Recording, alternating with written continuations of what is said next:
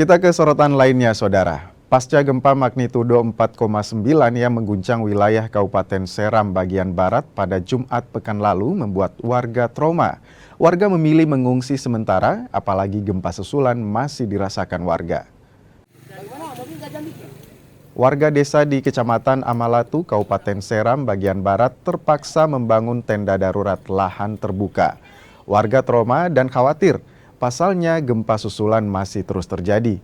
Gempa di Kabupaten Seram bagian barat terjadi pada Jumat 4 Juli kemarin dengan magnitudo 4,9. Gempa mengakibatkan sejumlah rumah warga di 3 desa yang berada di Kecamatan Amalatu mengalami kerusakan. Hingga masyarakat ini kan panik, apalagi kalau kondisi malam, baru sekarang kan musim hujan.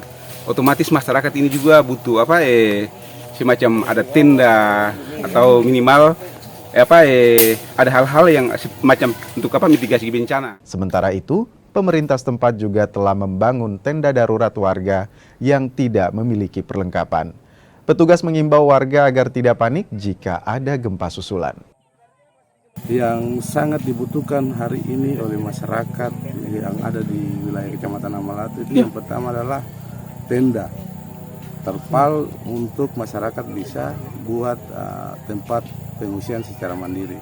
Yang penting kita lihat sekarang memang masyarakat buat tenda sendiri, tapi belum punya terpal.